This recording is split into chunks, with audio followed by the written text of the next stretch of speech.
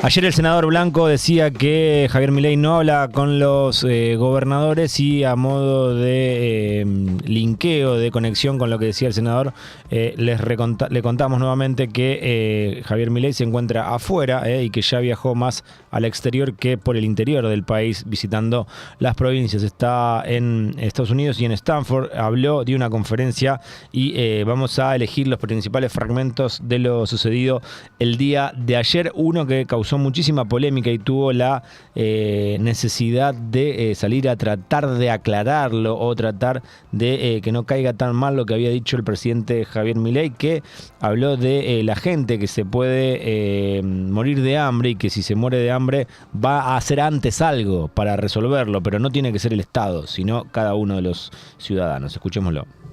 ¿Se creen que la gente es tan idiota que no va a poder decidir? Va a llegar un momento que se va a morir de hambre, con lo cual, digamos, va a decidir de alguna manera para no morirse. Es decir, entonces no necesito que alguien intervenga para resolverme la externalidad del consumo, porque a la postre alguien lo va a resolver.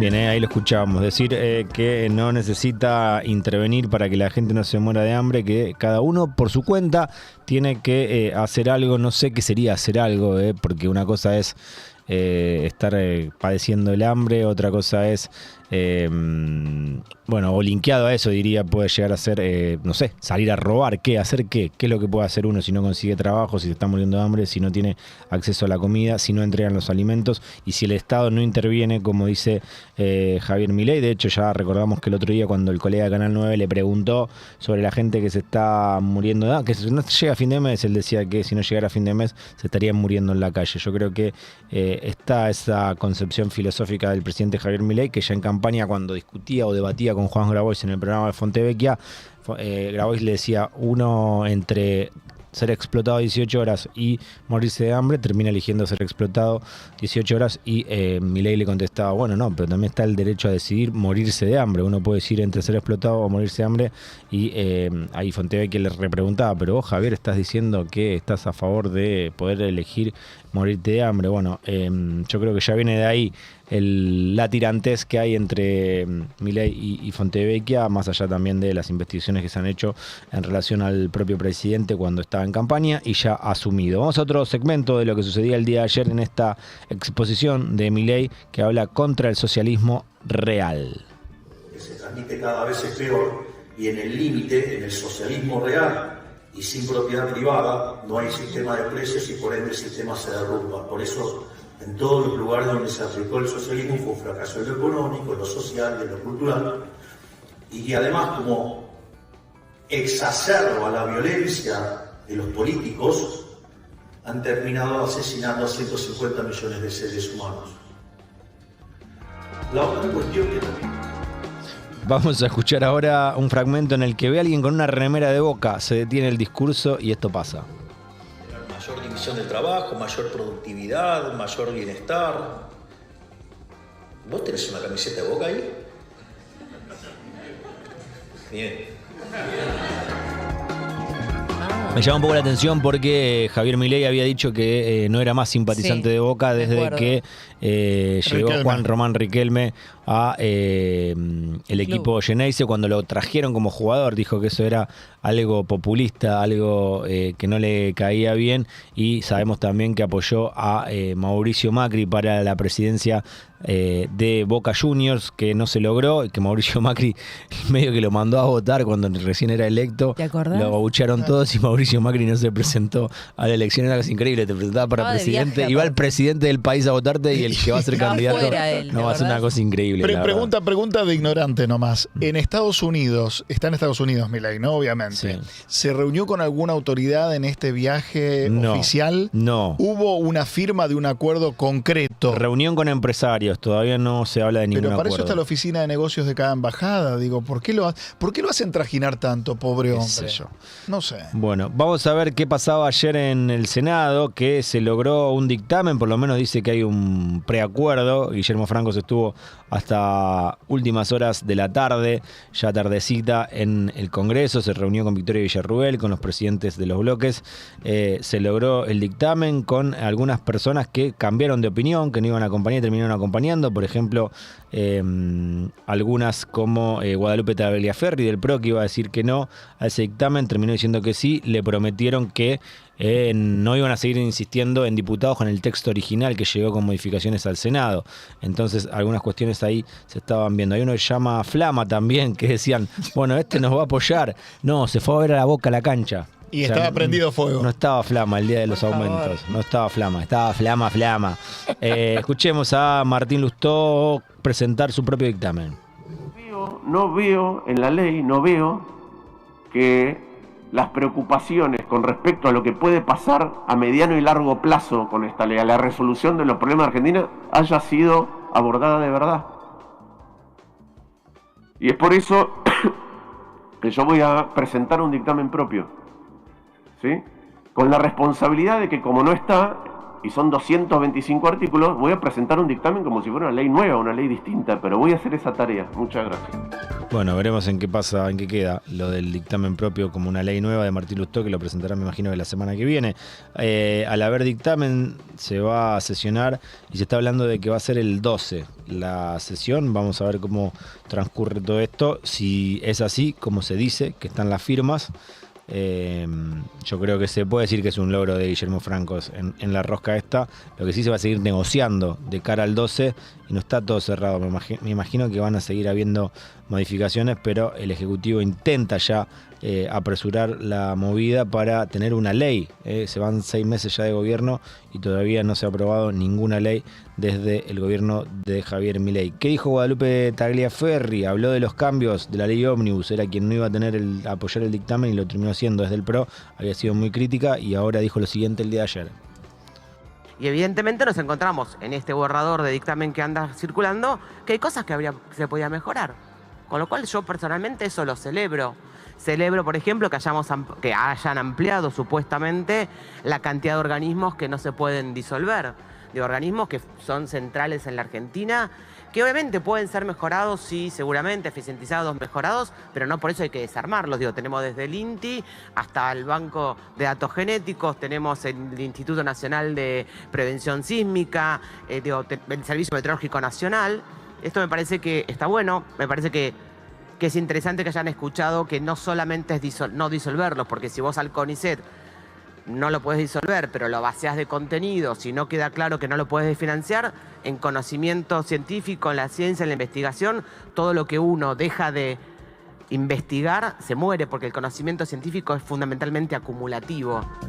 Bien, ahí bancando la necesidad de que no se vacíen, ¿no?, los organismos que por el poder que le dan a Javier Milei los pueden vaciar o desfinanciar, y que son menos, lo que está diciendo ella, que está más conforme con el nuevo borrador que circuló de la ley bases y no estaba tan de acuerdo con el anterior, o ni siquiera digo que esté 100% de acuerdo, pero que al menos está más cerca de lo que ella piensa, que terminó acompañando, puso la firma y le prometieron que no se iba a volver a insistir con el texto original que había llegado, que había salido de diputados y que tuvo modificaciones después en el Senado. Nos metemos en el tema GNC. Hubo un cruce muy interesante ayer entre el periodista Ernesto Tenenbaum y el senador de la Libertad Avanza, que es Paul Troni, que varias veces ha salido aquí con nosotros. Paul Troni no tenía ni idea el motivo del por qué hay un faltante de gas. Reclamaba un hecho histórico que no tenía nada que ver con este contexto vinculado al desabastecimiento de gas, y le remarcaba el colega Ernesto Tenenbaum que no estaba al tanto, que no sabía, que cómo no iba a saber si es senador nacional de el causante de este faltante y lo que se tuvo que pagar además por no haber estado al tanto a la hora de seguir pagando lo que se tenía que pagar para que el gas esté en los lugares adecuados. Escuchemos. Y después decís, hay que ponerle huevo al Estado porque el Estado es ineficiente. Justo el día que porque tu gobierno es ineficiente, se acaban de gastar 500 palos de más. A ver, ya no te digo que dejaron al país sin gas nacional natural comprimido. Había que hacer un aporte de 45 palos para que tenga presión el gasoducto Néstor Kirchner. No lo hicieron y mandaron a comprar barcos 500 palos. Se gastaron 450 palos de la nuestra porque son unos inútiles. Y vos me decís, el Estado tiene que ser útil. por favor, lee lo que pasó porque es un escándalo. No sé ese caso puntual. No sabes ese caso puntual. Ese caso puntual no lo sé, pero te puedo decir, pero hoy, mayor desastre reciente, pero escuchame, el paso de los 16.000 palos de Kicillof. Pará, senador nacional y no sabe lo que está pasando en el país. No sé en este caso momento, puntual que me sale 500 millones. Pero lee un poco, están todos los diarios. ¿Cómo no voy a leo lo de 16.000 millones de dólares que nos salió solo lees el kirchnerismo, Pero en este momento no se puede hablar. Dimensiono. ¿Cómo no lo dimensiono? No, porque estás alejando la pelota a fuego. Es una cuestión insólita de... Bien, se picó ahí. Se picó. El compañero Ernesto Tenenbaum. Gracias, Ernesto, por... De golpe. Sí. No, pero me pareció súper generoso. 7 millones por mes cobra el señor como senador y ayer razón, no el orden del día tanto, del vocero era no hay gas. Sí. Y lo que dijo Adorni es que se iba a resolver en el día de ayer, cosa que es mentira, porque todavía hoy hay estaciones que no tienen gas. También Adorni había dicho que no se iba a terminar el gasoducto en diciembre porque no hacía falta, y también Ferraro en su momento había dicho que ¿para qué vamos a pagar el gasoducto nosotros que no lo utilizamos? Bueno, ahora estamos viendo las consecuencias. 45 palos es lo que no se ha pagado, pero todo sale mucho más caro. Y a mí me pasó el otro día también en la presentación de Javier Milei en el Luna Park, en su show que hizo para tocar el tema Panic Show y también presentar el libro, que le consulté a Paul Troni sobre el problema que hay en Misiones, sobre la crisis que está atravesando la provincia, y me dice, no estoy en tema. Es como, ¿Qué tema ¿En qué tema está? ¿En decir la culpa es la de los de antes? Digo, todo bien. Habrá responsabilidades, obviamente, que son acumulativas y que tienen que ver con gestión, porque los estados no nacen en el día 1 de un gobierno. Pero esto tenía resolución, o por lo menos previsión. Comprar los barcos antes, o por lo menos tener en la empresa 22 palos verdes para pagarle al toque a Lula, al que le decís que es un comunista con el que no vas a hacer negocios. Vamos a viajar hacia octubre del 2023 a través de una noticia que publicaba en ese momento Infobae cuando Javier Milei estaba en campaña, faltante de combustible en la gestión Alberto Fernández, ya con Sergio Tomás Massa como ministro de Economía, que decía: Javier Milei fue a cargar nafta y cuestionó al gobierno por la falta de combustible en el país. ¿Qué dijo Javier Gerardo Milei? El modelo de la casta siempre termina igual, con escasez o aumento de precios, señaló el candidato a presidente de la Nación por la Libertad Avanza, que hoy es el presidente, y que nos remite lo sucedido aquí con la queja que estaba teniendo en ese momento en la campaña. Tweets de Diana Mondino, la canciller, la que no iban a negociar con comunistas. Sí. Que no iban a negociar con comunistas como Brasil, como Lula. Argentina, corazoncito con las manos hechas, no como un tomate como Mauricio Macri, sino bien hecho. Bandera brasilera. Argentina, corazoncito, bandera brasilera. Solucionado el gas, decía Diana Mondino. Gracias a los amigos brasileros, a los comunistas de Brasil. Ahora está todo bien con el comunismo. Vamos a... Para, Lauta. Sí. Si tenés más de 50 años, esto no. Caputo, no. Mondino. No va más.